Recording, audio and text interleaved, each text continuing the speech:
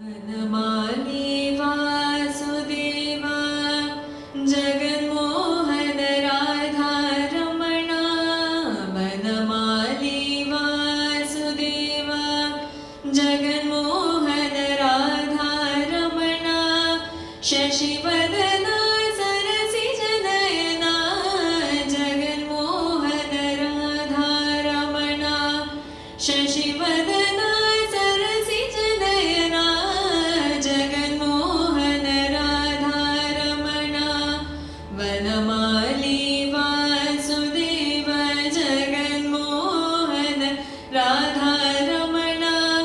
शशिवदना सरसि जनयना जगन्मोहन राधा रमण शशिवदना सरसि जनयना जगन्मोहन राधा रमण वनमाली वासुदेव जगन्मोहन राधा रमण शशिवदना सरसि जनयना जगन्मोहन राधा रमण वनमाली वासुदेव जगन्मोहन राधा रमण शशिवदना सरसि जनयना जगन्मोहन राधा रमण पार्कडलिल पल्ली कोंड परंदामा Radha Raman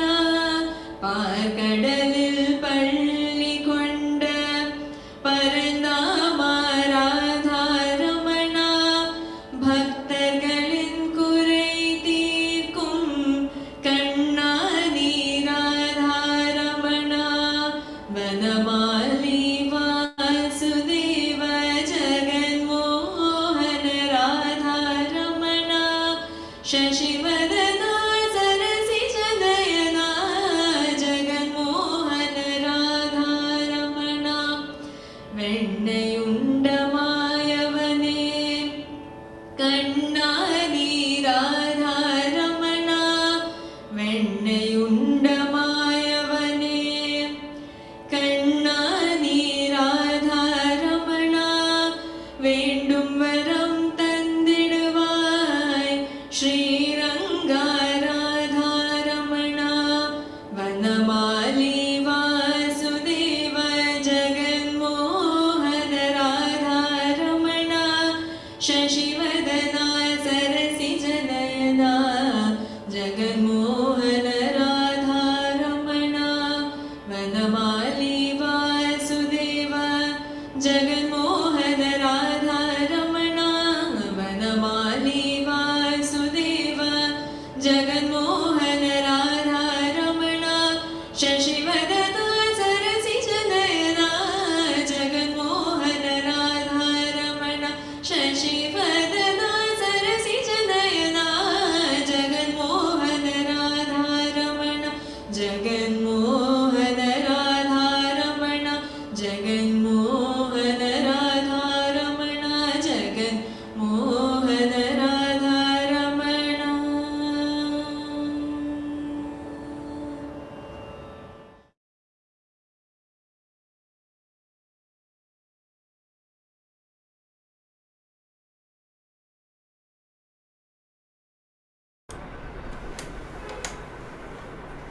Namaste, my dear brothers and sisters.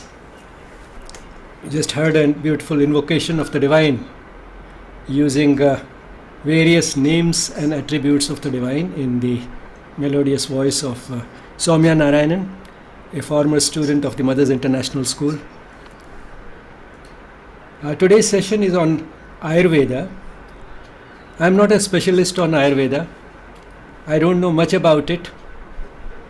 And therefore I hope you will not ask me very difficult questions at the end of the session. But still I feel the necessity to talk about it. You look like stupidity if you don't know much. Why are you talking about it at all? But I have decided to talk about it because I thought I can bring out some of the basic fundamentals of Ayurveda and the general attitude to Ayurveda among the in the society and the scientists, which are aspects which the specialists who will come later to talk about it may not touch. So I hope you will end up learning from the session something the way I have learned over the last 10 years or so, from here and there, from various Ayurvedic physicians and a few books. So I'm happy to share that with you, and a few insights that I have developed while doing so.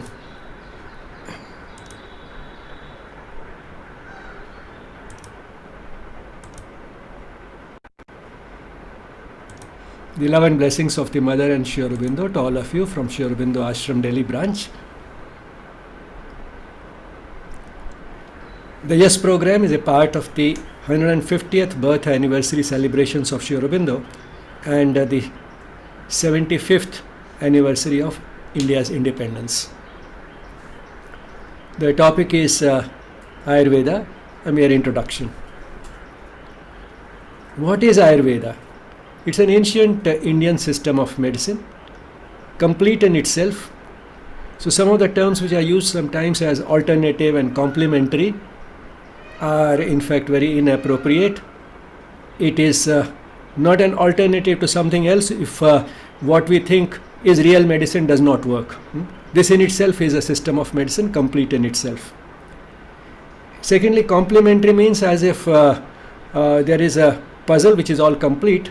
There's one piece missing, and that missing piece can be supplied by a system like Ayurveda, so it becomes complementary to what is actually the main body of medicine. It is not a complement to some other type of medicine, it's a complete system of medicine in itself. And it is a holistic system. Holistic in the true sense that it takes into account the totality of the person, which is what integral philosophy, integral yoga, integral education are all about.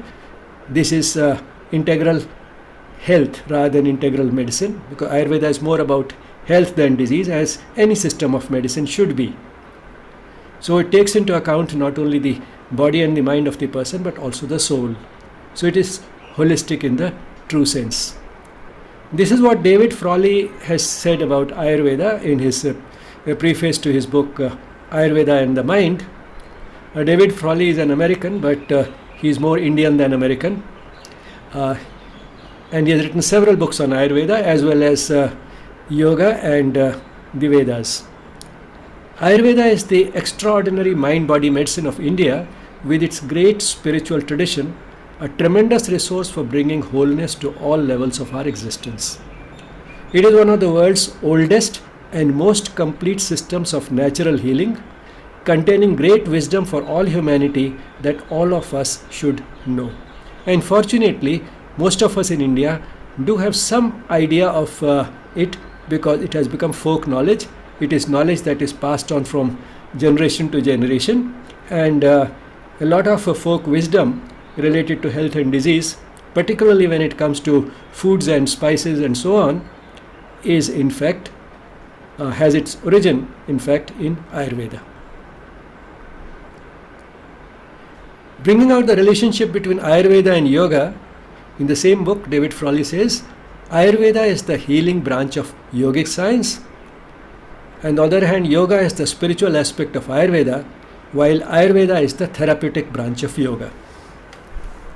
In a simple way, the way I have been looking at it is that Ayurveda is a system of medicine, and like any system of medicine, it's concerned primarily with health and disease.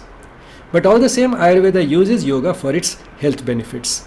Yoga has some health benefits, and Ayurveda makes full use of those benefits by bringing yoga into it, incorporating yoga into it in a seamless fashion, and not just the physical practices of yoga or just the practices like meditation, but also its philosophy in its entirety. So Ayurveda uses yoga in its most comprehensive sense for its health benefits. On the other hand, yoga is a spiritual discipline. It's not a system of medicine. But all the same, it does give us good health, and since it is a system that was designed primarily for spiritual growth, not for taking care of our health, one can say that the health benefits of yoga are a side effect, a fringe benefit.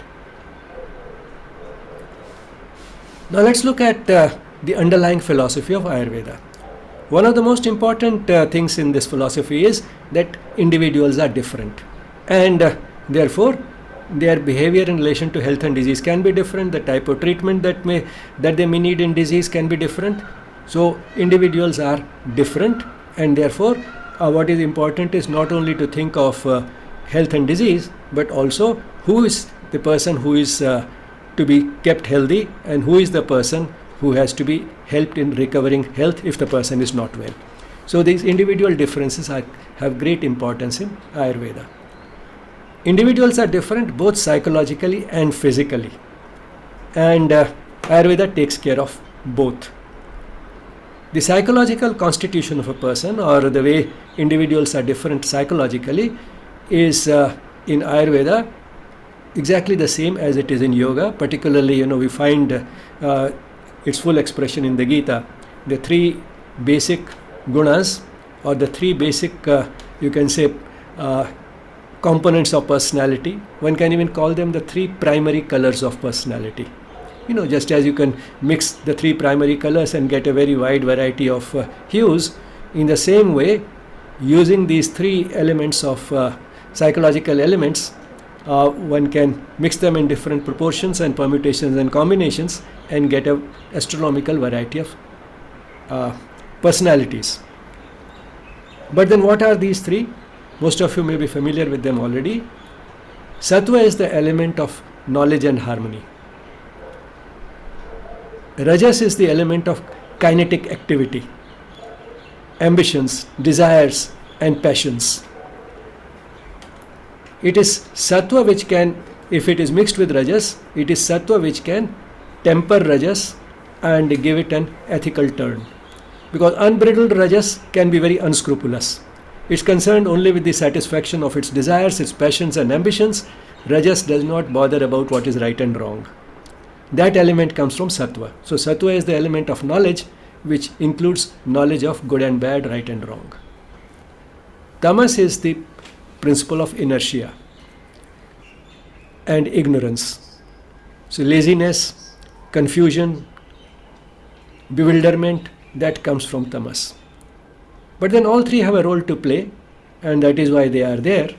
Tamas does help us achieve a certain amount of stability and establish a certain sort of routine in life, which we can follow in autopilot mode. Now those are also expressions of tamas. And each one of us has each of these three elements in different proportions. So the dominant principle may be different, but we have a bit of all these three in us. The question arises, should the psychological constitution be changed, and can it be changed? We have a certain personality now.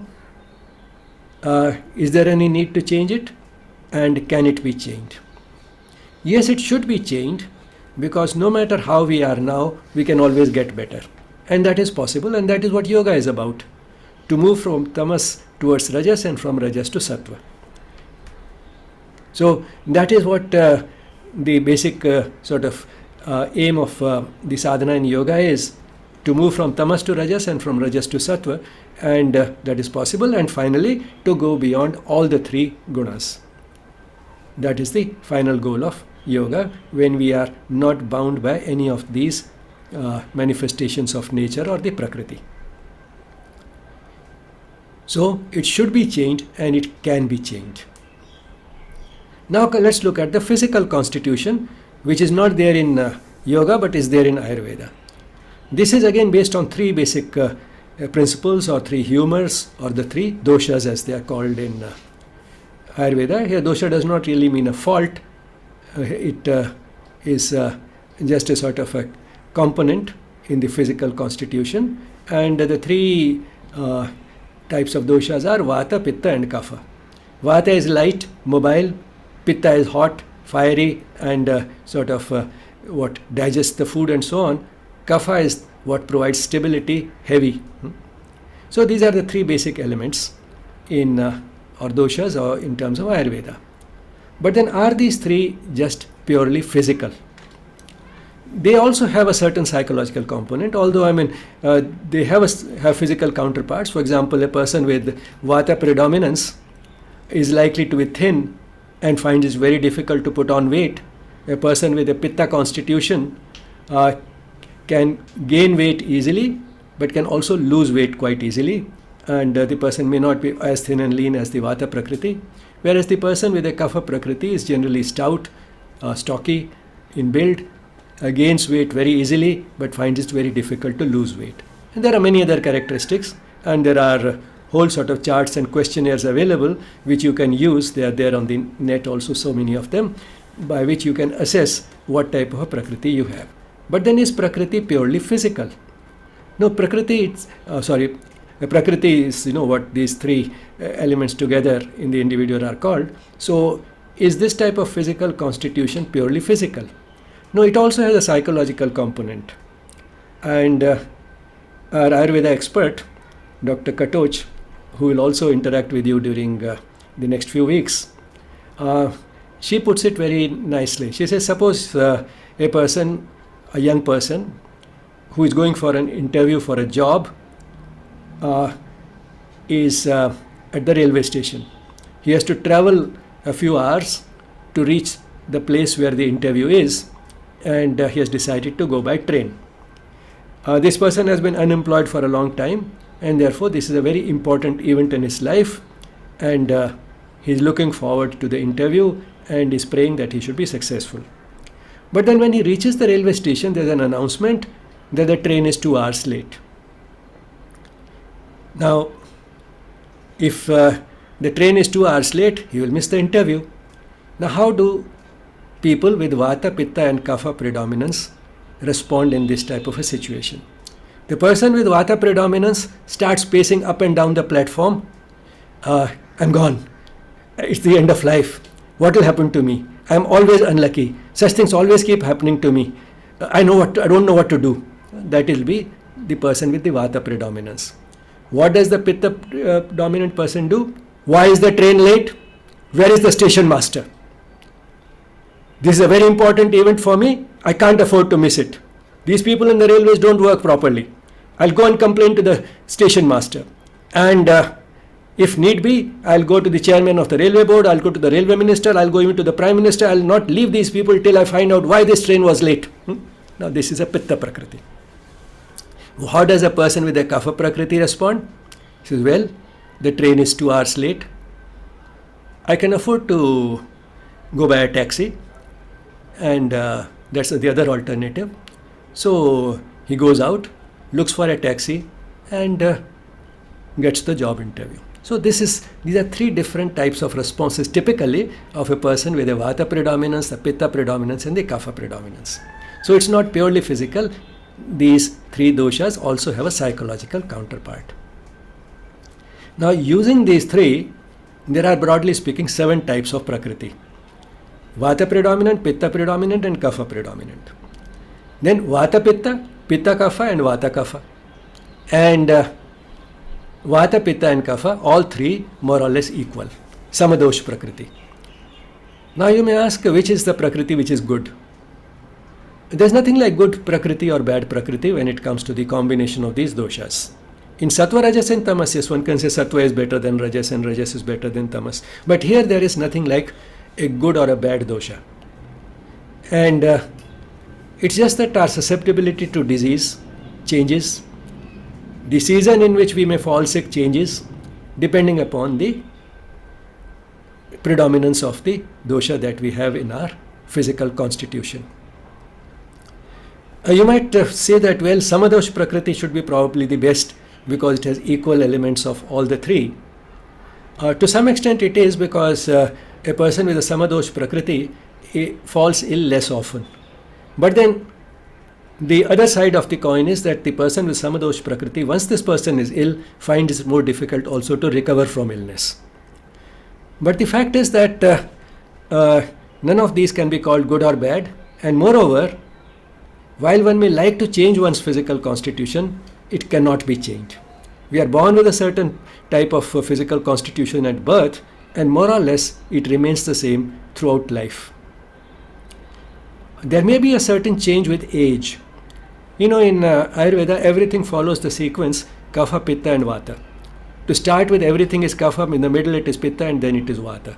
So a child may have a little more of kapha and an old person might have a little more of vata. But that is an age-related change. But by and large, the basic physical constitution of a person is determined at birth and stays the same and cannot be changed.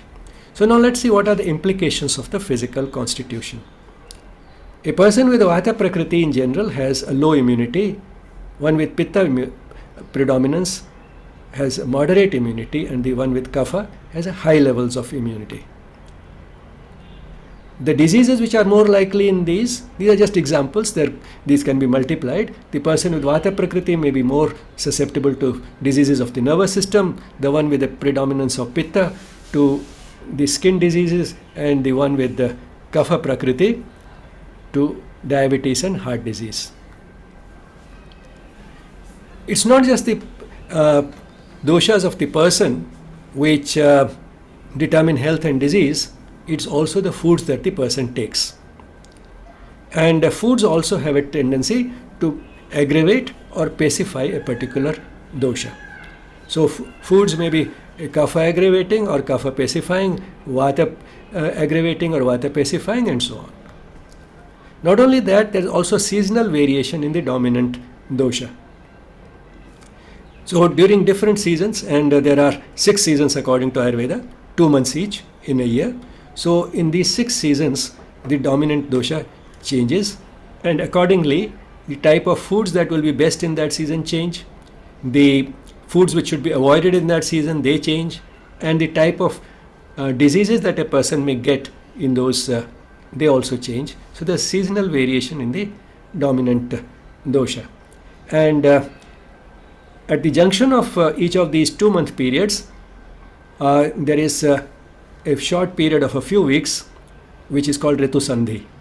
That is when one type of season is making a transition to the next. And these Ritu Sandhi periods are particularly bad for health, and one has to be particularly careful in making a slow and cautious transition from one type of diet to another type of diet during this Ritu Sandhi period. In India, this is folk knowledge, mausam badal raha hai, dhyan rakho. This is something that the season is changing, be careful, you may fall ill. Just a little cold wind and you may catch a cold. It may not happen in the month of December or January, more likely in October and November. Mausam badal raha hai. So Ritu Sandhi periods are particularly bad. Then time of the day has a dominant dosha again. The 24 hours of the day are roughly divided into 6 periods of 4 hours each. And so there is a beginning, middle and the end of the day, beginning, middle and the end of the night. And the beginning is from 6 to 10. So 6 to 10 in the morning is the beginning of the day, 10 to 2 is the middle of the day, and 2 to 6 is the end of the day. And then 6 to 10 in the evening is the beginning of the night, 10 to 2 is the middle of the night, 2 to 6 at night is the end of night. So at the beginning, in both day and night, it is kapha, middle is pitta, and the end is vata. Now pitta is the digestive fire, and that is at its peak from 10 to 2 during the middle of the day. So that is the rationale behind saying that the lunch should be the heaviest meal of the day, because that is when our digestive fire is at its peak. But then you might say, what is pitta doing at night? At night also from 10 to 2 we have pitta dominance. Probably at that time it is helping us digest the food, gear up our metabolism, tune our metabolism of various nutrients, because the nutrients are still circulating in the blood. And that is perhaps also the reason that if a person is awake, and a lot of people are awake these days during this period from 10 p.m. till 2 a.m., 10 to 2, the middle of the night, if a person happens to be awake at that time, the person starts feeling hungry. So that hunger is probably because of the pitta dominance. But at the same time, that is not the right time to eat. That should be a time when the person should be asleep.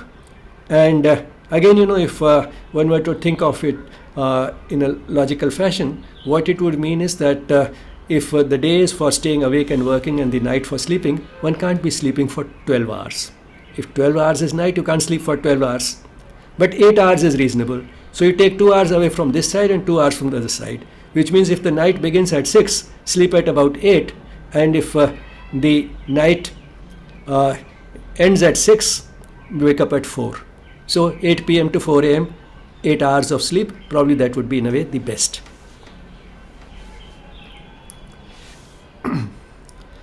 Now let's concentrate a little more on nutrition. Ayurvedic nutrition. Ayurvedic nutrition takes into account the Prakriti of the individual, the effect of the food, whether that food aggravates or pacifies a particular dosha, and the season, that is what is the dominant dosha of the season. And the dominant dosha of the season can be of two types. One is called the sanchaya, or the collection or accumulation of the dosha, and the other is the prakopa, or the vitiation of that dosha. The dosha is vitiated or it is just accumulated. And being vitiated is more dangerous than just being accumulated.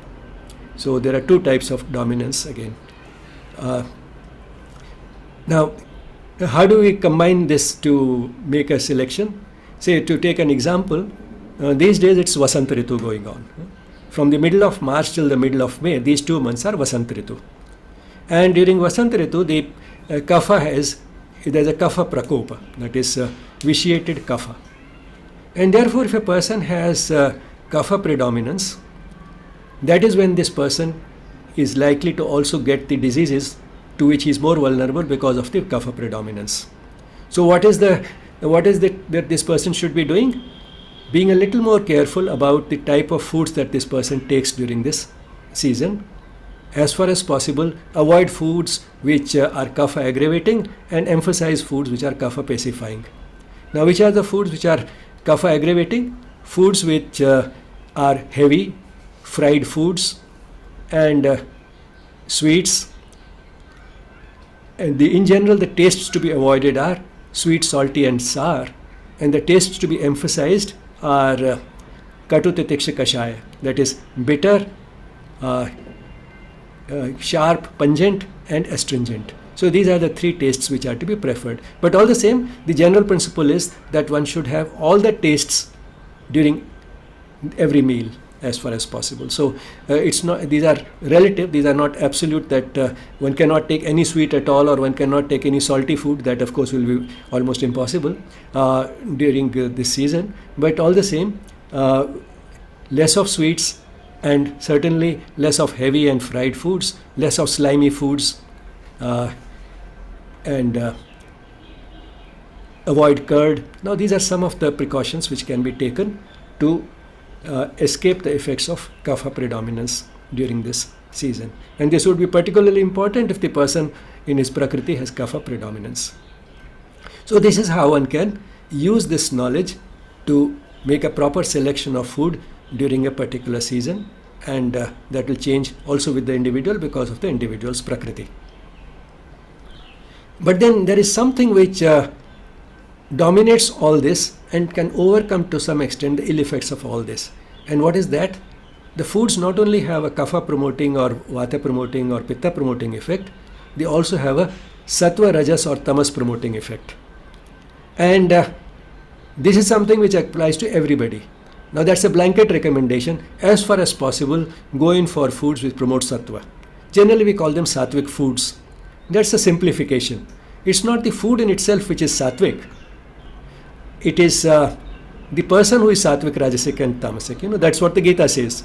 But then a person with a sattvic tendency, a sattvic type of personality, is likely to have a taste for a certain type of foods, and those are the foods which also happen to be sattva promoting. Now what are those foods? Foods which are good for health. Sattva is the element of knowledge. So this person knows what is good for me. He doesn't have great attachment to sensory pleasures, and therefore he chooses what is good for his health. And in general, sattva likes everything sweet and harmonious, so this person likes sweet foods, particularly sweet fruits. So liking fruits and sweet fruits and vegetables, and selection of healthy foods is what comes naturally to a sattvic person. On the other hand, the rajasic person is more active, full of passions and desires, and therefore this person is likely to appreciate food which promotes sensory satisfaction. So he's more likely to have a taste for sour foods, salty foods, fried foods, and so on. Non-vegetarian food, and so on. So these are the types of taste that the Rajas dominant person will have. What Tamas is the element of inertia. Now, this person, because of his inertia and ignorance, because of his ignorance, he may not know what is good for me, and therefore he may not be able to choose wisely. But then he also is lazy. Inertia means lazy, translates into laziness.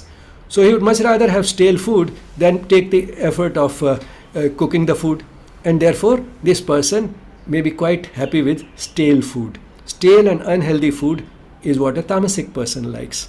Now here one may bring in another element, that even a sattva promoting food, if taken out of greed in excess, has a tamasic effect, and therefore eating much more than we need can become tamasic irrespective of what we are eating. Which means that the selection of the foods has to be proper, keeping in mind the prakriti of the person and the season and the effect of the food.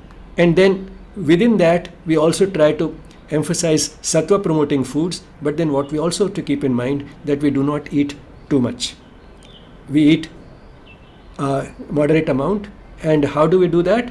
A dictum given in Ayurveda is, imagine as if your stomach has 4 parts. Fill half of the stomach with food, another 1/4 with water, and leave the remaining 1/4 empty.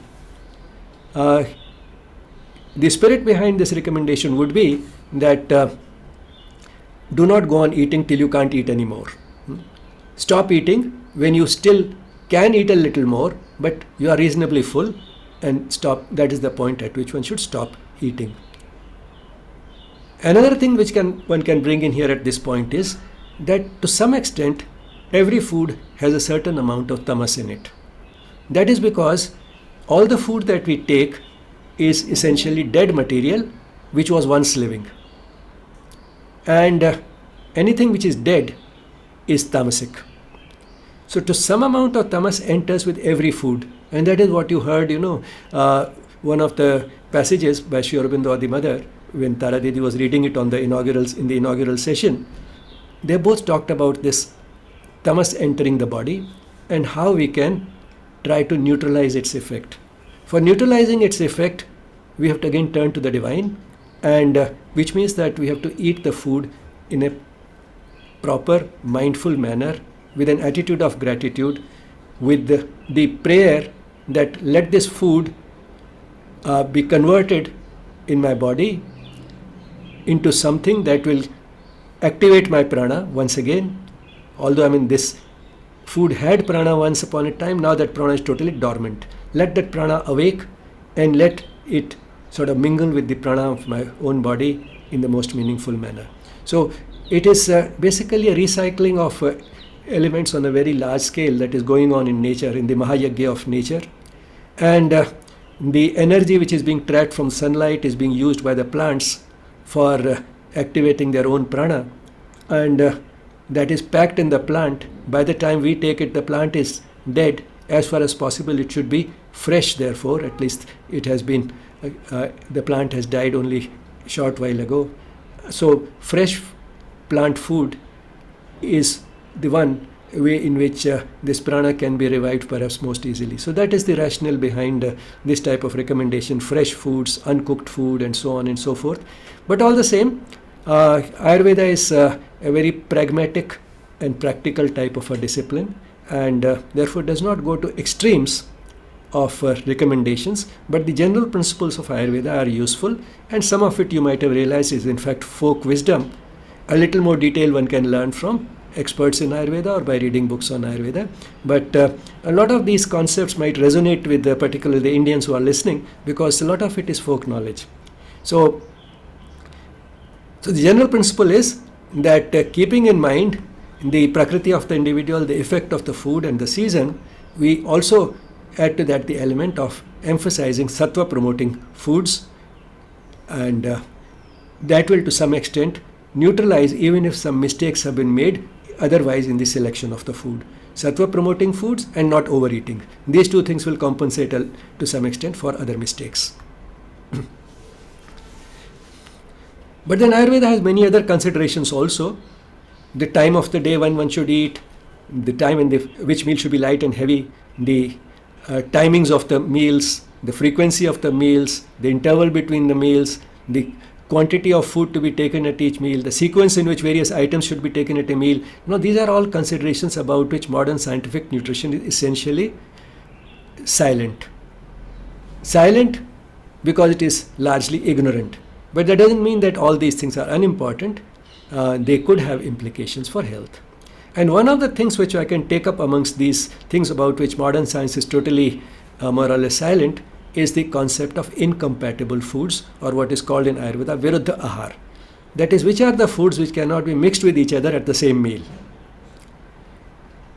Now this is something which modern science does not care about, because basically it's the same chemical elements, carbohydrates, proteins, fats and vitamins and minerals in all the foods. What is the harm if one set of nutrients from one food is combined with another, the same set of nutrients from another food? What is wrong with it? The modern science doesn't understand that. And if I may go back in time, my attitude was also exactly the same. I thought all this little folk knowledge that came to me from here and there from my elders and the environment, that this should not be taken with this and this should not be taken with this, I thought is all old, obsolete superstitions. That is the impression with which I grew, particularly because I felt that if the medicine that I have studied for such a long time has not taught me this, probably all these things don't matter. Now let's take a few examples to understand this. One of the most frequent violations of this concept of Viruddha Ahar is at breakfast. A lot of people take milk at breakfast, and along with that they eat something. And what they eat is generally salty. It has salt. And according to Ayurveda, this is incompatible. In general, milk is incompatible with just about everything except sweets and dry fruit. And particularly bad is milk and sour food and milk and non-vegetarian food. But milk and salty food is also incompatible. That is also Viruddha Ahar. Now, one of the common responses of people would be, I have been doing that for the last 40 years and I have not died. So what is the problem? Huh? And that is the way I also thought, because I have also eaten breakfast like that till at least maybe 10-15 years ago. Till the age of about 60, I have also eaten milk with a salty food as breakfast, and I didn't die. But then, when I consulted an Ayurvedic expert 10-15 years ago, Dr. Katoch again, the same person in the ashram, because of my rather frequent problems related to skin and some problems related to the muscles, or you might say subcutaneous sort of soft tissue pains. Pains here and there, pain here and there, shifting sometime here, sometimes there. So for these two things, I consulted her. And after making some assessment of my Prakriti, she made dietary recommendations, and she told me something about Viruddha Ahar, and this is, she said, should not be combined. So I took that advice and stopped taking milk in the morning. Now I take milk at night, at dinner with dry fruit. I don't take normal dinner at all. And that according to Ayurveda is okay, because strictly speaking one needs only 2 meals a day. So 2 major meals, and at night only a bedtime drink of milk with some dry fruit. So that's what I'm consuming these days. Now, and a few other precautions also she told me, and I observed them to the extent I could. And the result has been that over the last 10-15 years, both these problems have more or less completely disappeared. So I didn't die because of eating milk and salty foods. But all the same, I was getting some problems. And for these, what would the modern system of medicine do? If I have a skin problem, apply this ointment. And the ointment was applied and it got all right. And during a certain season, it was more likely to be there. During the rest of the year, it was not there, and I forgot everything. Same thing was true of those soft tissue pains. But the fact is, which means that the effects can be rather subtle and long term. Death is an acute effect and a severe effect. Side effects need not be acute and severe as death. Side effect can be just extremely subtle, very difficult to notice, and slow to appear. Another thing which I started feeling also is that many of the precautions which are given in Ayurveda about what is incompatible and so on may not apply that much to young people because they can get away with just about everything. As the digestive fire becomes a little weaker, which is inevitable with age, these things may become more important. So the age as well as the slow and subtle effects, which are very difficult to notice and objectify, may be as important as the gross effects which we look at, and on that basis decide that what is wrong with milk and salty foods. Everybody takes it. I have been taking it for 40 years. I haven't died. That is the type of arguments people give. But there are logical and sensible answers to that type of an objection. Now let's go to another example, which many of you would say, yes, this definitely is a no-no. Yeah? Fish and milk. And the threat is that one gets leukoderma if you take fish and milk together. How far these are related, one can't say. But all the same, any non-vegetarian food, particularly fish and milk, is a strict no-no in Ayurveda. And again, if I may go back to my own personal sort of life, at the age of 22, I was in England. And I was staying in a medical college hostel. And at breakfast, very often, the breakfast was fish cutlets and milk. Those days I was a non-vegetarian. I turned vegetarian at the age of 45. That was when I was 22. My medical course was almost going to be over in another few months. So I knew essentially what modern medicine had to teach me till at least the graduation level of graduation. I had not learnt anything why fish and milk should be incompatible. And I saw so many people around me, all those British students, taking fish cutlets and milk. So I thought, if they can take it and nothing happens to them, why will anything happen to me? That was my logic. And I took it and nothing happened. I took them together, nothing happened, I escaped. But today I would hesitate a lot before I did any such experiments with myself or with anybody. The reason is that what I overlooked at that time was the fact that if something is incompatible, it may not lead to an equal degree of damage in everybody, the same type of damage in everybody, and particularly if a particular population has been accustomed to a certain combination for several generations, they might have an adaptation, which a few days back Bhaswati Bhattacharya referred to, the epigenetic effect, because of which the British medical students may not, or Britishers may not get anything, but I as an Indian could have perhaps run into trouble with the same combination. Fortunately I didn't, but all the same, when we try to be rational and logical, we sometimes forget that that has so many angles to it that it cannot simplistic logic sometimes is not necessarily the best thing to resort to when it comes to safety or health and disease issues. So that was about fish and milk. But then you will learn about many others, including some which can be really dangerous and can lead to death or almost death. That type of incompatible foods are also there, and one of them is combining ghee and honey in equal quantities. Ghee is a health food, honey is also a health food. So somebody may feel, why not take both of them?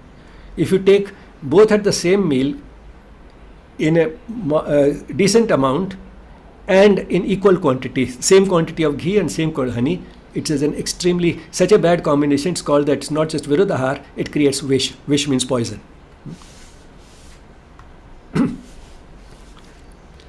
Now let's see whether the philosophy underlying Ayurveda makes sense. Yes, it does make sense, partly because it is a part of our heritage, it's part of our folk wisdom. Therefore, it makes a lot of sense to us. But then is it also rational? Yes, it is rational in its own way, because rationality can have many angles. And one of the angles is that the way it talks about the individual, the seasons and the foods, and tries to combine them so that we can get the best out of this knowledge and stay healthy, is internally consistent. All this knowledge is internally consistent, and therefore it is rational. Which means that it does make sense that if a person has kapha predominance, then he should not take foods which will aggravate kapha. Now, that is rational. We may not understand what kapha is, but that doesn't mean that the reason is lacking. So there's an internal consistency in all the recommendations of Ayurveda, and therefore it is rational. And what matters the most to us is, does it work? It has worked for millennia. It has worked for millennia and does work. Sometimes, we are not just happy with saying whether Ayurveda is rational. We start asking whether Ayurveda is scientific. Now, this is a modern phenomenon because during the last 400 years or so, science has been so successful at revolutionizing our lifestyle that the word scientific has come to be synonymous with whatever is good, valid and worthwhile. But that is not the dictionary meaning of the word scientific. Because many things which are good, valid and worthwhile may not be products of science and may not fit within the framework of science. But all the same, when people ask what is Ayurveda scientific, they also don't necessarily always mean the same thing. Let's try and see what it may possibly mean. Scientific may mean, do we know the mechanisms by which this particular drug or this particular treatment works? If we don't know the mechanisms, then it is not scientific. But then there's hardly any treatment, the mechanisms of which we know in full detail. And therefore, ignorance of the mechanism by which it works does not necessarily make it unscientific. There are treatments used also in modern medicine, the mechanism for which is not fully known. In scientific, to another person may mean that can its rationale be understood in terms of modern science? No, generally it cannot be. But that doesn't mean that it is unscientific, because it does have a rationale and it is spoken in a language which was perhaps better understood a few thousand years ago. Even language and its usage changes with time. The fact that we can understand so much of it even today is itself a great achievement, in spite of all what we have lost through various means over these thousands of years. Enough has survived and enough can be understood to make a lot of sense to us. And therefore, we don't necessarily have to understand it in terms of modern science. If we can't understand it in terms of carbohydrates, proteins and fats or calories, doesn't mean that it has no rationale of its own.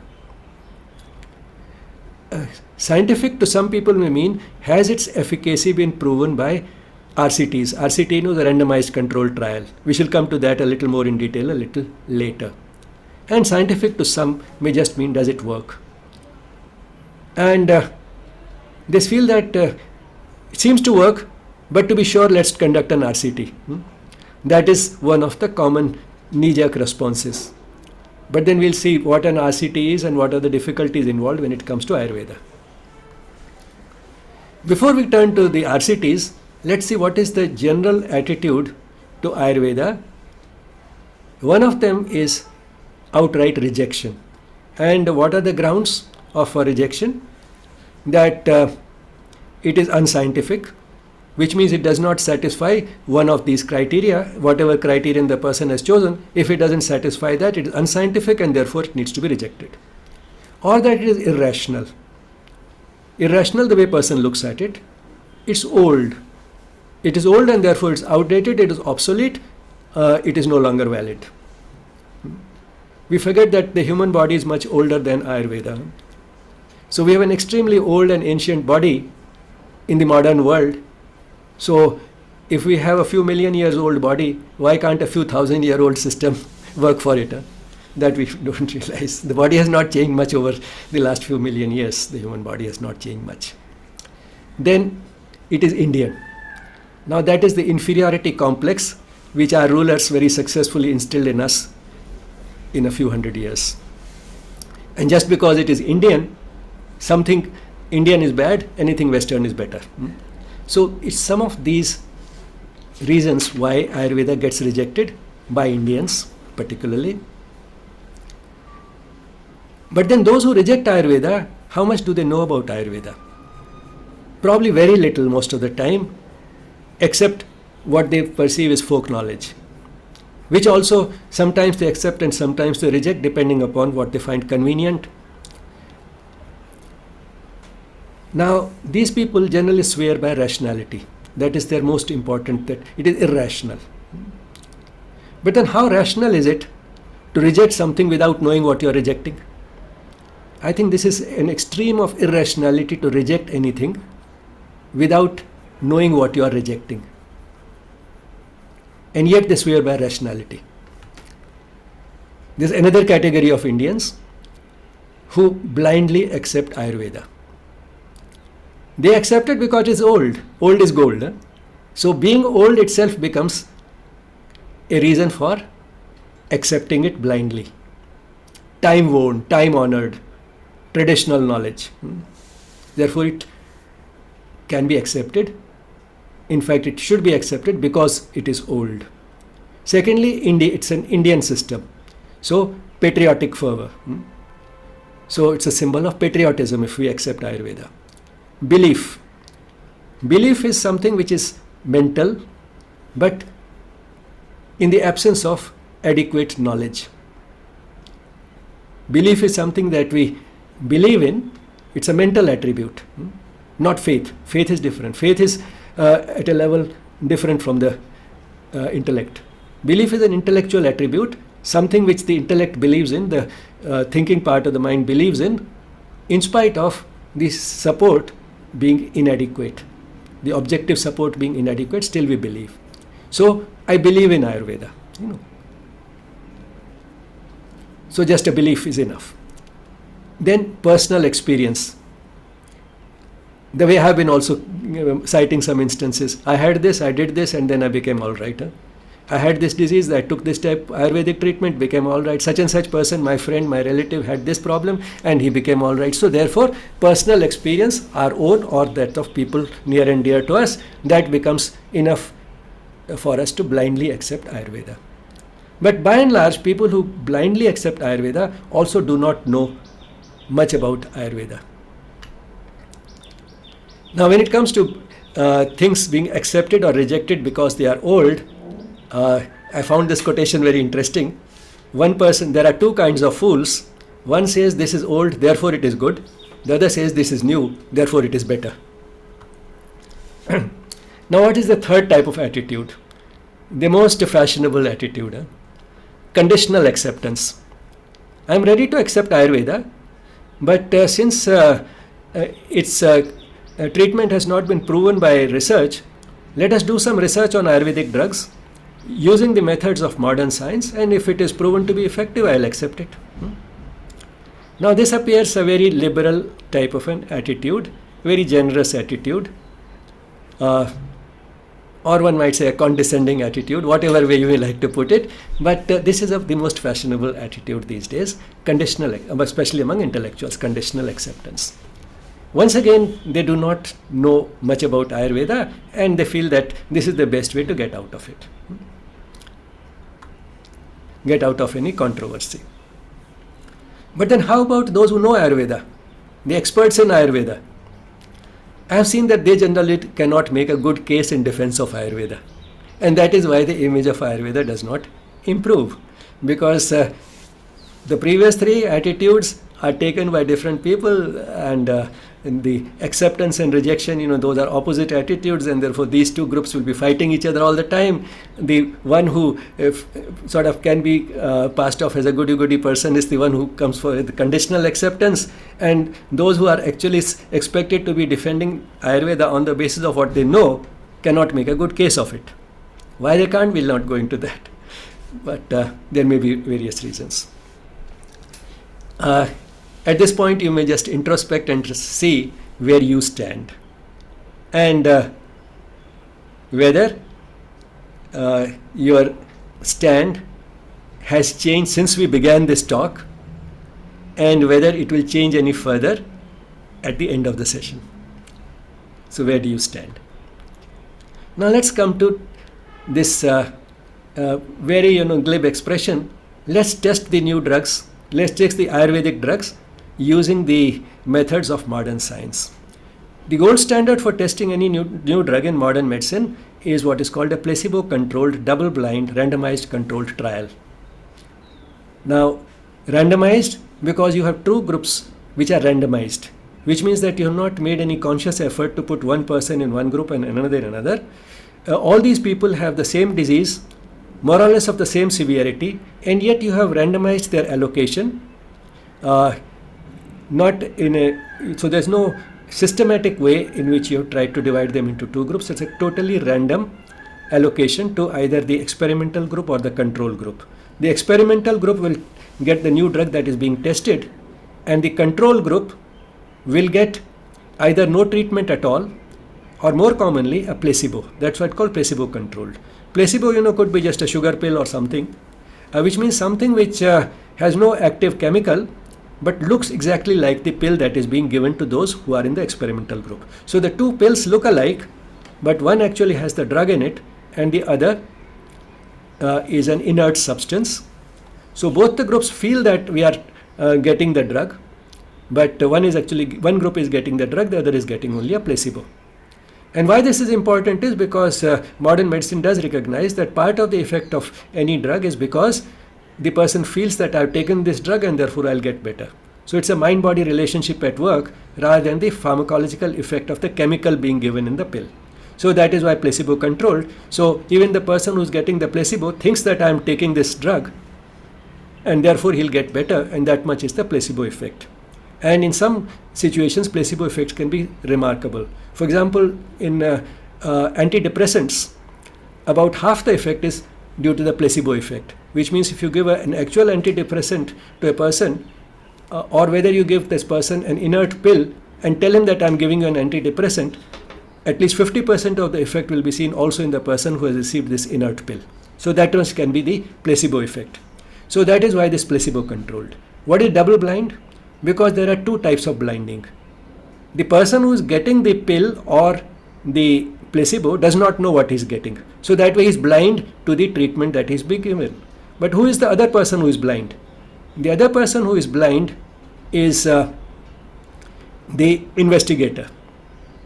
Which means that the doctor who comes on the rounds every day and is conducting this experiment, even he does not know which patient is getting the pill and which is getting the placebo. Why? Because then his attitude to these two groups of people may be different, and that may also influence the result. For example, if this person goes to a person who is actually getting the drug, he'll go and ask him almost confidently, how are you feeling? I'm sure you're feeling better today morning. I'm just dramatizing it. Whereas when he goes to the person who is getting a placebo, oh bechara, isko to dawai mili nahi rahi. So he'll be like, are you feeling better? Are you feeling better? So he's just looking for kahin keh de ki I'm feeling a little better so that I'll feel less guilty. So his attitude to these two types of patients will be different. So he's also blinded. Which means that there's a code which only somebody who is on the sidelines knows, and that code will be broken only when the study is over, who got the placebo and who got the pill. So this is double blinding. Now you say this is a wonderful way of testing a new drug. Why not apply it in case of Ayurvedic drugs? Now we'll come to why it cannot be done in case of Ayurvedic drugs. Very difficult to blind and very difficult to find a placebo in case of Ayurvedic treatment. And why that happens, we'll see a little more. One of the important requirements of the RCT is that we have two groups, an experimental control, which are randomized, and the two groups should be similar as far as possible, except with respect to one factor which is being studied, which is the new drug. Now let's see how easy or difficult it is to apply it in case of Ayurveda. We don't have people just sort of having the same disease of the same severity being considered identical. We also have to consider the Prakriti of the person, which means that we have 7 types of patients, even if they have the same disease and the disease of the same severity. And therefore, if you have to make these groups really homogeneous, you will need a much larger number of people, or you will have to study each Prakriti separately. Then Ayurveda is much more than drug treatment. It uses massage, it may use mantras, it may use yogic postures, and as you can see, except for the drug, nothing else can be blinded and nothing else can be a placebo. Now, how can you have a placebo for yogic postures? The person knows I'm doing these yogic postures. Anyone who is watching him, the investigator also knows this person is doing yogic postures. How can you tell him that, well, jog and imagine as if you're doing yogic postures? So jogging can't be a placebo for yogic postures. So you can't have a placebo. In the same way, if the person is chanting a mantra, he knows I'm chanting a mantra. How can you tell him that, well, sing a song and imagine you are chanting a mantra? You can't have a song as a placebo for a mantra. So these are things which are impossible. And therefore you can't have two groups which are identical in every respect except one thing, because Ayurveda is much more than drug treatment. And then another ticklish issue comes in. Ayurveda uses whole plants, whereas modern medicine is more geared towards active principle, that is the active chemical in the plant. So they're all the time trying to look what is it in this plant, even if it's an Ayurvedic preparation, which is actually working. And the effort is to try and isolate that, concentrate that, put it in a pill or a capsule and then give that. Why take all the other redundant passive components of the whole plant? But then who declared them redundant and passive? How do we know that the other components, while they may not be the active principle, are in some way supplementing through a synergistic effect the active principle, making it more effective? How do we know that those other components in the plant are not reducing the side effects? We do not know any of these things. How do we know that the other principles are not improving the bioavailability of the drug? In the absence of all this knowledge, how can we say that everything else except the active principle is redundant and passive and therefore useless, and therefore let us isolate the active principle? And more than that, hardly any Ayurvedic preparation uses only one plant product. It uses so many of them together. So if we have to show that the active principle is not the only thing that is working, other components are also important. It is not only one herb which is working, the other 10 herbs which are there in the preparation also have a role. Then what we need is that we take each of these one by one and give it and see whether out of these 10, this one is the effective one, this one, or this one. Or take one of them away at a time, whether these 9 work equally well, whether these 9 work equally well, whether these 9 out of these 10 work equally well, and then say, well, if these 9 work equally, let's now take away one more. Do these 8 work equally well? Do these 8 work equally well? Now, it can be an endless process. Just studying one drug through this strict principle of having only one difference between the two groups, and this analytic attitude of finding exactly what is working instead of the whole combination, can keep a whole team of scientists busy for a lifetime. So those people who say that let's test Ayurvedic drugs through a randomized controlled trial don't understand Ayurveda and don't understand that randomized controlled trials cannot be applied here. Then it's not only 10 herbs that are being used, they have been processed in a particular way. Does that make a difference? Another set of experiments, process it the way Ayurveda says it, don't process it the way do it. Another set of experiments for all the 10 components. Seasonal changes in the treatment. Now, no change of treatment is permitted in a randomized controlled trial. Here you want seasonal changes. You want mid-course changes in the treatment in Ayurveda, depending upon the patient's response to the treatment. Those changes cannot be done. And add to that the faith and fears of the patient. In fact, one of the principles in Ayurveda is that if a patient is afraid of a treatment, don't give it to him. That person is unlikely to benefit from it. In fact, his fears may come true. If he thinks that this treatment will kill me, he may die because of the treatment. I'm putting it dramatically, but the fears of the patient are important. Now, with all these things, how can you test Ayurvedic treatment? In the same way as you test a new drug using a double-blind, placebo-controlled, randomized controlled trial. That is possible only in modern medicine, where by and large the principle is one size fits all. That's the only place where you can do it, and one drug, new drug at a time. And that is why Dr. Bhaswati Bhattacharya, whom you heard a few days ago in a Yes talk, and whom you will again hear day after tomorrow, she says in her book Everyday Ayurveda, RCTs bias all science towards drugs that can be masked, not lifestyle interventions. Because lifestyle interventions cannot be masked. They cannot be masked by blinding, they cannot be masked by a placebo. And because that cannot be done, the RCTs bias all science, which means that they bias science, and we feel that science is the last word in what is true. Just because it doesn't fit within the framework of science as we look at it, doesn't mean that it cannot be true. So RCTs create a very undesirable bias which works against lifestyle interventions and works in favor of drugs which may have plenty of side effects, which may be much more expensive.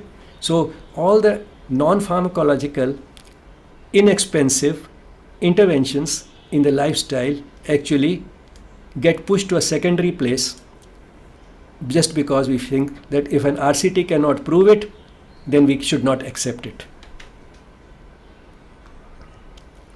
Now, if this knowledge is so complex that one team of scientists can stay busy for more than a lifetime to even test one Ayurvedic formulation through the methods of modern science and still inadequately. Just to test the drug part itself will keep them busy for a lifetime, forget about the other components of treatment. Then how did the ancients find it?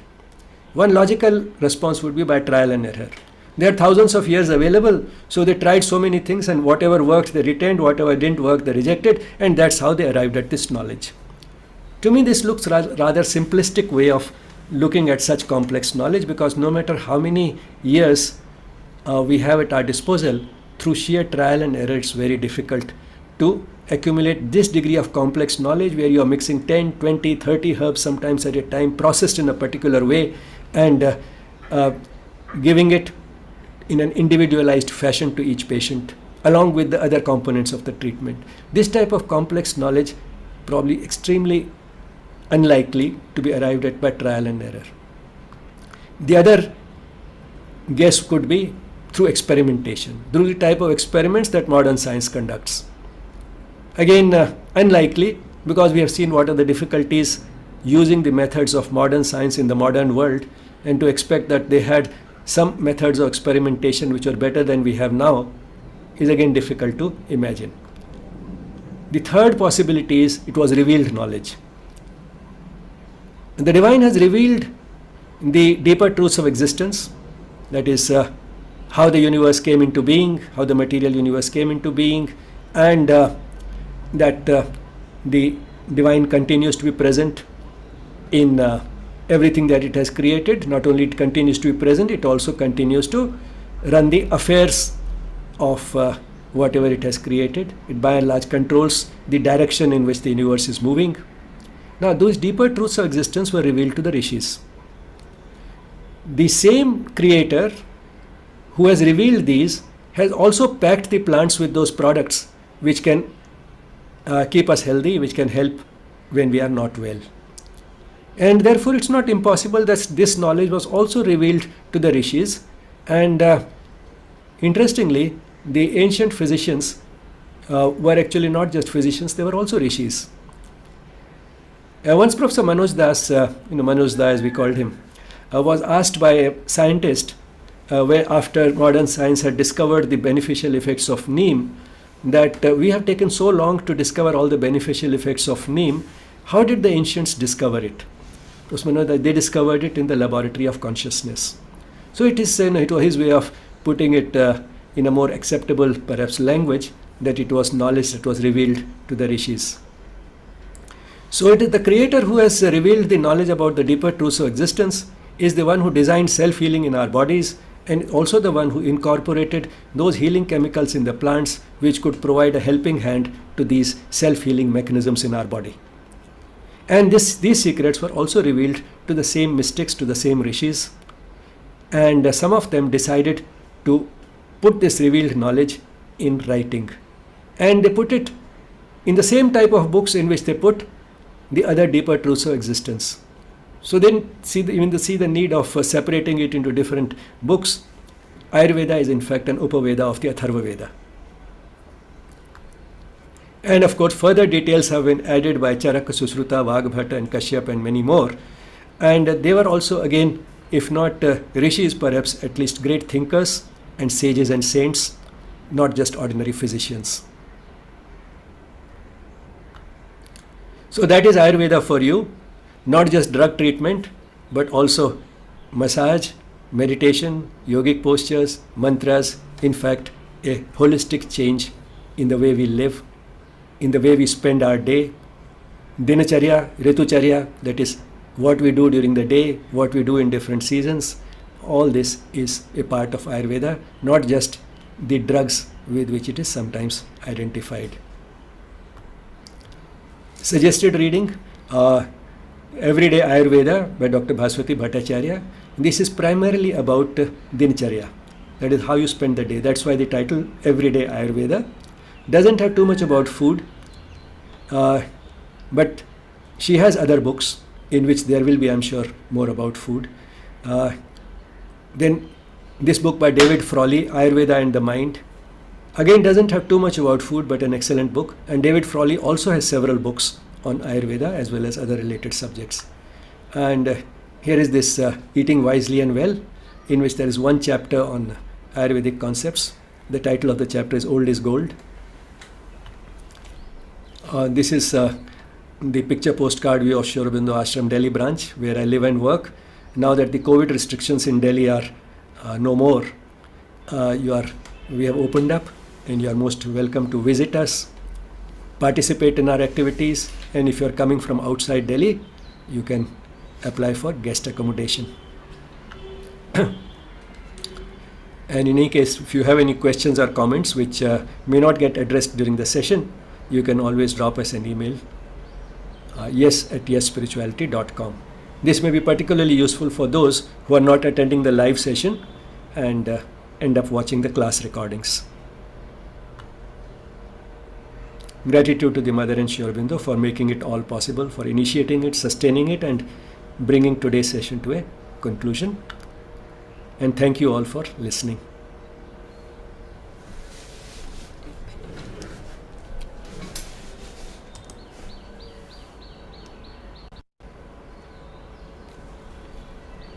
We can take up questions now. I'll just read it in the chat box. Is it okay to take tea with breakfast? It has milk. Yes, apart from the components, the quantity is also important. The quantity of milk is very small, and therefore at breakfast milk may not be acceptable, but tea generally is.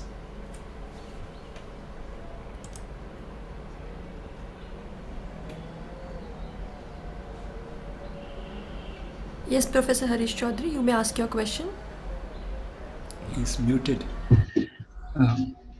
Sir, in Ayurveda, we also use bhasm, some metals, and does it have to be a very controlled mechanism, the quantity? Yes, there are some elements of Ayurveda which one can use on one's own. There are certain types of things which should be used only under expert guidance and prescription, and that applies not only to bhasma and many other such chemicals. It also applies to even things like, say, panchakarma. I mean, those are again things which are highly specialized and do require to be done under supervision of an expert. Good morning, Dr. Bijlani. I have a question. Can I go ahead and ask? Sure, please do. You were talking about when we were doing the body doshas, the Vata, Pitta, and Kapha dosha. You also mentioned, that Kapha dosha is the inertia. It's more to do with, though it provides stability and structure, but it's more to do with laziness and lethargy and inertia. So how is it, like in the popular notion, we understand that sedentary lifestyle is not very good for us. So how is it that a person with Kapha Prakriti has more better immunity?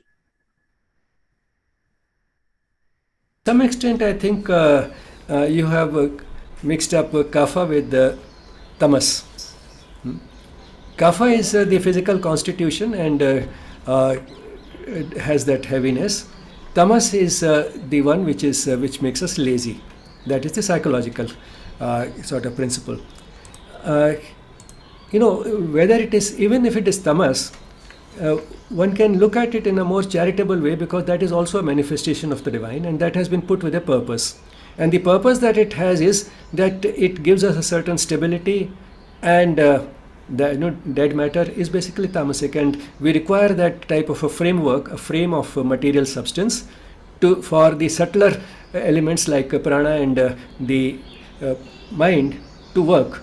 So we require that framework, well-defined material framework, and that is why tamas is necessary. But then even in our everyday life, things which become more mechanical in nature, routine, those are being taken care of again because we have some tamas in us, and that does help. So what is important to understand is that everything has a positive aspect, and it's the proportion that matters. Now your question was about sedentary lifestyle. Yes, one should not be sedentary, but then we are not all tamas or all kapha. We have other elements, and more than that, we have a free will by which we regulate our routines. And therefore, all these elements merely help us in achieving the type of lifestyle which we feel is practical for us and also healthy. But then again, when it comes to physical activity, everything in moderation is the basic principle. Yuktahar viharasya, that famous quote from the Gita, that everything in moderation. And so physical activity also in moderation, neither too much nor too little, just like food.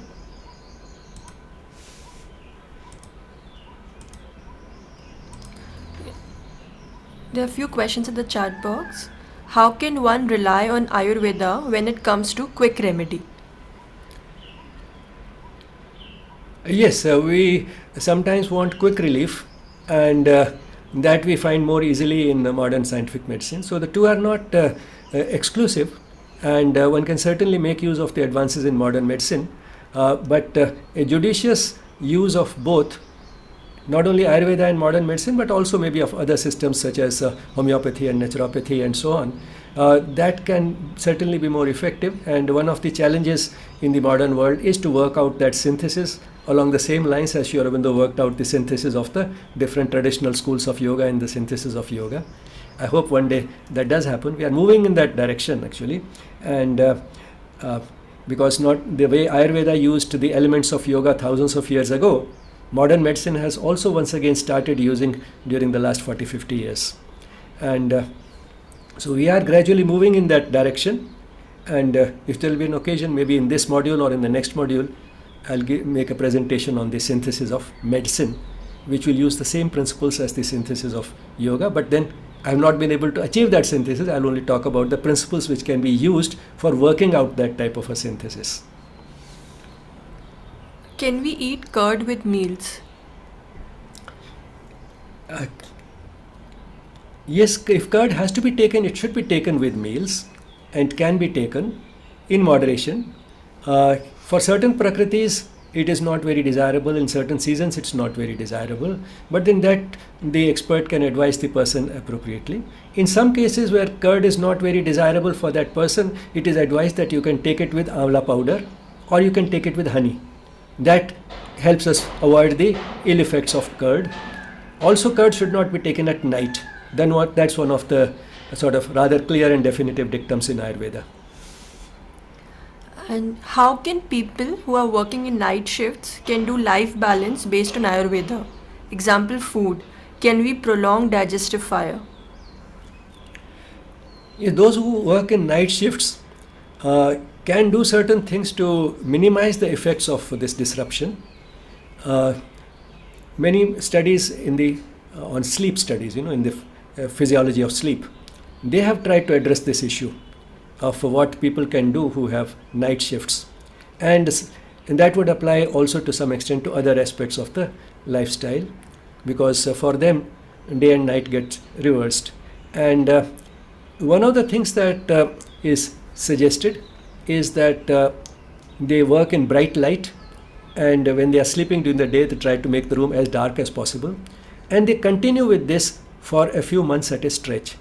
Having 1 week of day shifts and 1 week of night shifts, as happens sometimes, that is the most disruptive, because the dark and light are linked not only to sleep but also to various hormonal rhythms, and those hormonal rhythms are linked to our metabolism, and therefore what is perhaps best is to try and make the day as bright as possible. For their day is at night, so work in bright light even if it is night time, sleep in a dark room, and do it for a few months at a stretch so that the body rhythms start reversing.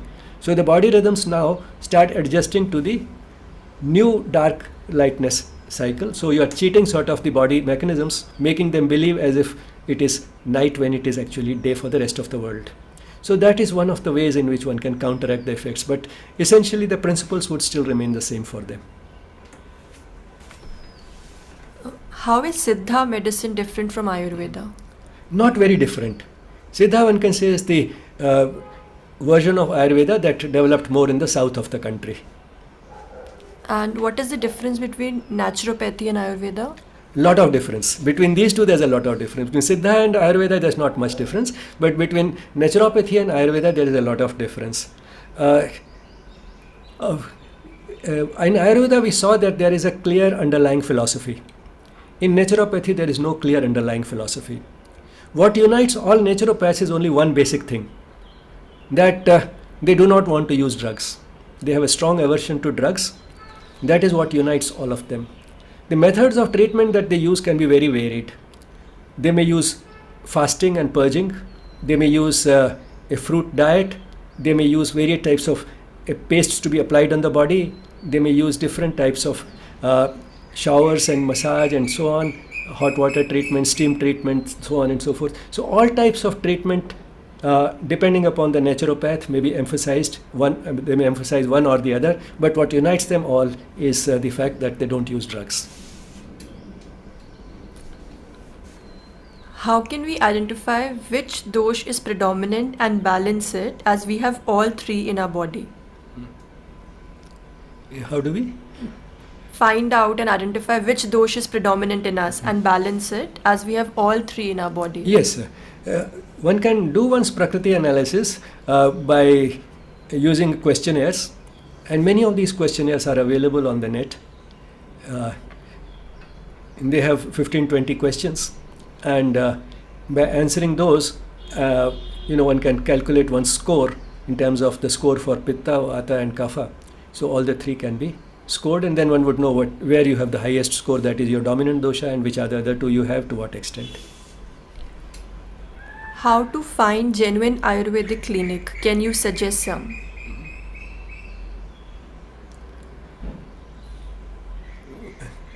Well, that would be difficult to name. I'm not familiar with too many, first of all. I use only the clinic that we have in the ashram, where Dr. Katoch is our Ayurvedic physician. That's the only one I know. Okay. Next question is, are 2 meals enough? This can be called intermittent fasting, but some diets and doctors suggest to eat in intervals, so you don't end up eating too much at single meal. Is this wrong or right according to Ayurveda? Well, 2 meals, intermittent fasting, there will be a lot of overlap between them. And some people feel that we come up with new terms for old wisdom. So intermittent fasting is essentially a new term that we have coined for ancient wisdom, which didn't call it intermittent fasting, but talked of 2 basic meals in a day. In fact, what I may point out at this point is that there are also some very reputed nutritionists now talking in terms of taking something to eat every 2 hours. That is quite in contrast with intermittent fasting. And taking something every 2 hours also has a rationale, because the small frequent meals are generally lead to less of overeating, because we get satisfied very easily. We are taking small frequent meals, and some of them are very healthy and low calorie meals, like say fruit. So but intermittent fasting is not in the same spirit. Intermittent fasting is more in the terms of the longer gap, and the gap generally being again, there are many types of intermittent fasting, but one of the most popular is the one in which you have a long interval of 14 to 16 hours at night, during which nothing is eaten, which means an early dinner is what will achieve it. So if one has eaten at say by 6 in the evening, around sunset, then if the person doesn't take breakfast till 8 the next morning, it gives a 14-hour gap, and that should be all right. One way in which perhaps this helps is that we are not eating when the digestive fire is likely to be very weak. Secondly, we are giving every day a chance to those mechanisms in the body which come into play, which maintain blood sugar between meals. Between meals, there's no steady supply of the nutrients, particularly glucose, to the body, and yet we are able to maintain normal blood glucose levels within normal limits. And that is because we have mechanisms for those. Now, if any mechanism is used regularly at a higher level, it becomes better, it improves. On the other hand, if we don't use a mechanism, it gets weaker. So intermittent fasting will at least achieve one thing, because of this long gap of 16 hours or so, it will give those mechanisms a chance to work and keep them in good shape.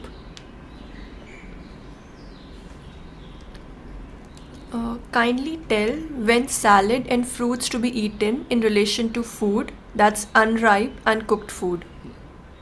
Strictly speaking, in Ayurveda, uncooked food and cooked food should not be taken at the same meal. But then in practice, it is not always possible. So then the next best recommendation is that one should take this fruit at the beginning of the meal and finish it and then go to the cooked food. One should not be sort of doing, which is often done, that take a few bites from the cooked food, then a few bites of salad, and keep alternating that throughout the meal. That is not considered the best thing to do. And having fruits for breakfast, proper lunch, and early light dinner, will this qualify for 2 meals a day pattern? Well, and one doesn't have to sort of be very particular about exactly 2 meals. 2 major meals, 1 or 2 light meals will do. And the important thing is which is the heaviest of these, and which is how much is the interval between the dinner and the breakfast. So these 2 things are more important than the exact number of meals. One of the things which dividing it into 4 meals can help also in one way is that then you will not feel the necessity of making any one meal too heavy. Lunch should be the heaviest, but that doesn't mean that it should be too heavy, because that again imposes a heavy glucose load on the system. And to impose that much of a load again may not be the best thing to do, particularly when the person is borderline. Say the glucose tolerance is borderline. If you keep giving relatively smaller installments of glucose, and they are released slowly into the blood by taking the right type of diet, high fiber diet and so on. So that will not tax the system. The person may be able to cope with it. Whereas if the person takes a very heavy meal, and that to the type in which there is a lot of glucose released and which is released fast, this will push the person into the diabetic category. So the person remains the same, his ability to cope with glucose is the same, but in one case his diabetes does not manifest. The other type of meal and the heaviness of the meal and the type of meal he's taking can push him in to the category of a diabetic. Promita, हाथ खड़ा है.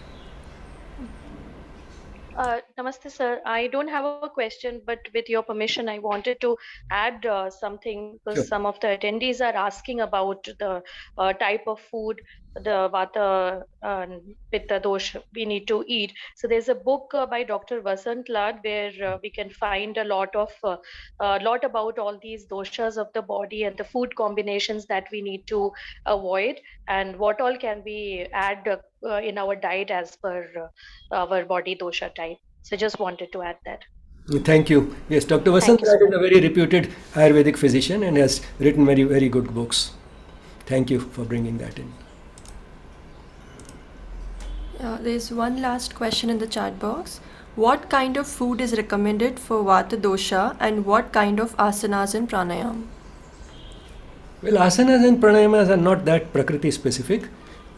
Foods, one should emphasize Vata pacifying foods and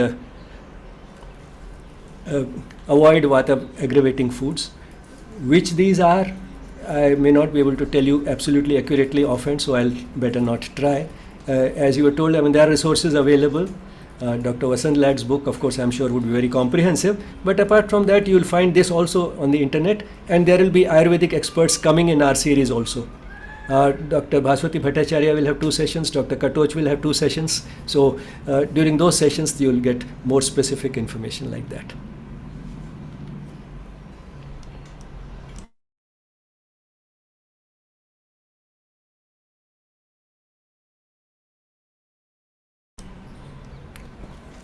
So if we don't have any more questions, then we come to the end of today's session. Thank you everyone, and tomorrow we will be having the practical session, a sample class on the physical practices of yoga synchronized with music. So be present for that, and today we end with the meditative music. Thank you once again everyone. Thank you, sir. Thank you.